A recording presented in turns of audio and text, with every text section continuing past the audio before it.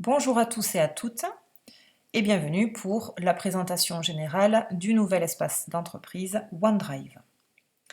Il s'agit en fait d'une plateforme en ligne sur laquelle nous allons les uns et les autres pouvoir déposer des documents qui seront instantanément accessibles par l'ensemble des collaborateurs. Pour ce faire, je me rends donc sur Internet, sur le site office.com.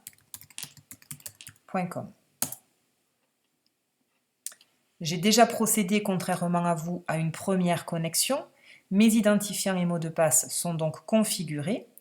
Pour vous, nous verrons dans un deuxième temps sur la prochaine vidéo comment procéder à cette première connexion et à cette première configuration.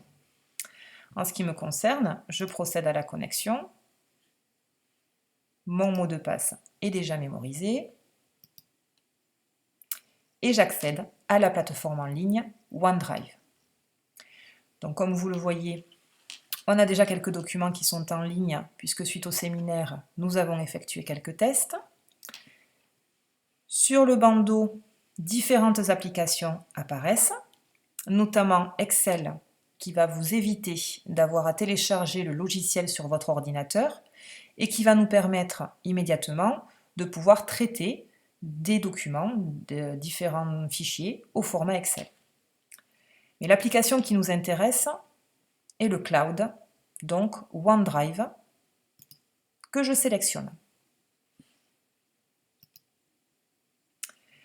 J'accède ainsi à mon arborescence. Elle n'est pas identique à la vôtre puisque Cédric, Elodie et moi-même sommes administrateurs du site. Donc, dans cette rubrique « Mes fichiers », ne vous inquiétez pas, lorsque vous accéderez à votre interface pour la première fois, il n'y aura rien.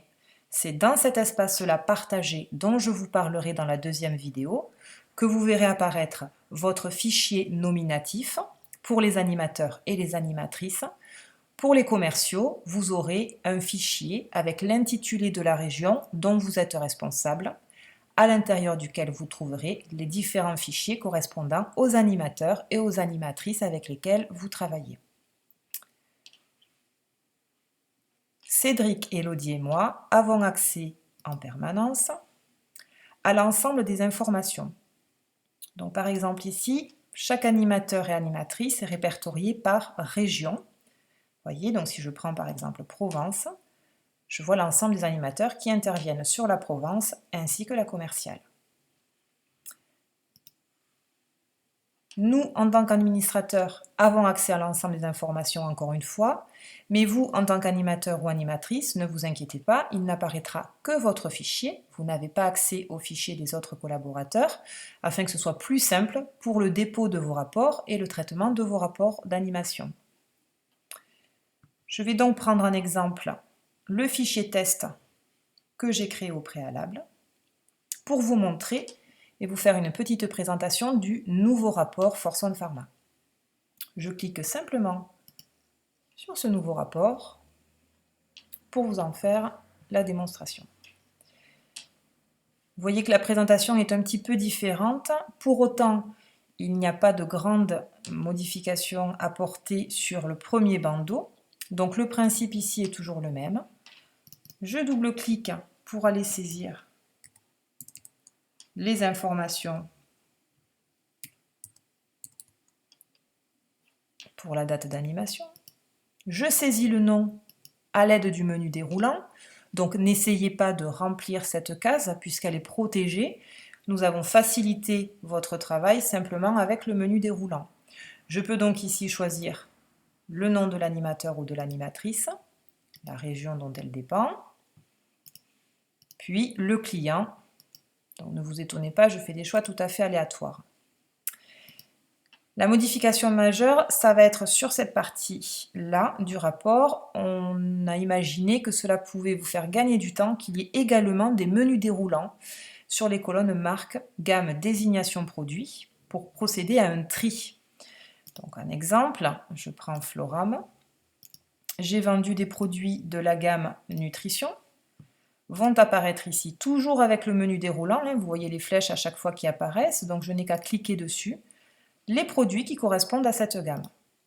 Il ne me reste plus qu'à remplir le prix de vente unitaire pratiqué par le client, ainsi que la quantité. Donc par exemple ici,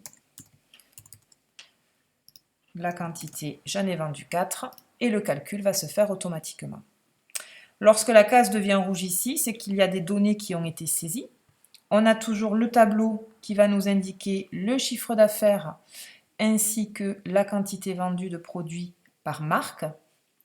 Et ici le top score, c'est-à-dire la marque qui a fait le chiffre d'affaires le plus intéressant sur cette journée d'animation. La deuxième modification qui, on l'espère, va vous faciliter la tâche, c'est l'onglet justificatif. Donc vous voyez, là on est sur l'onglet rapport pharma, il est en vert. Je vais cliquer sur l'onglet justificatif. La nouveauté, c'est que vous n'aurez plus à faire de découpage ou de sélection en fonction de la marque pour le justificatif. Tous les justificatifs seront à placer dans cette fenêtre. Attention, le format accepté est un format qui correspond à celui des photos ou des images, c'est-à-dire JPEG ou PNG. Le format PDF n'est pas accepté. Donc nous verrons dans un deuxième temps, je vais vous proposer une vidéo spécifiquement pour savoir comment remplir le rapport, pour que ce soit plus simple. Donc, nos menus déroulants, plus qu'un onglet pour les justificatifs, pour simplifier la manipulation. Je sors donc de ce rapport.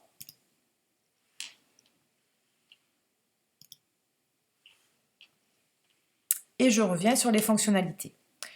Comme vous l'avez vu, une fois que vous allez remplir votre rapport en ligne, comme nous l'expliquerons par la suite, il sera directement disposé dans votre compte. Par exemple, pour Karine, elle fait une copie de son rapport, il va se retrouver dans son fichier ici.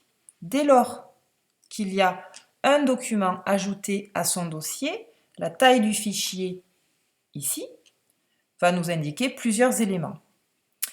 À partir de ce moment-là, autant moi qu'Élodie ou que Cédric ou que votre commercial peut consulter à tout moment les rapports mis en ligne.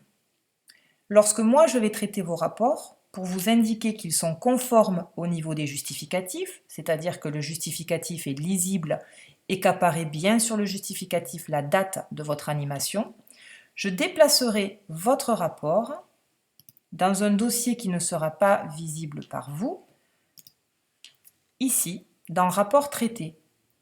Donc vous allez me dire comment je vais savoir que mon rapport est traité, simplement parce qu'il n'apparaîtra plus dans votre fichier.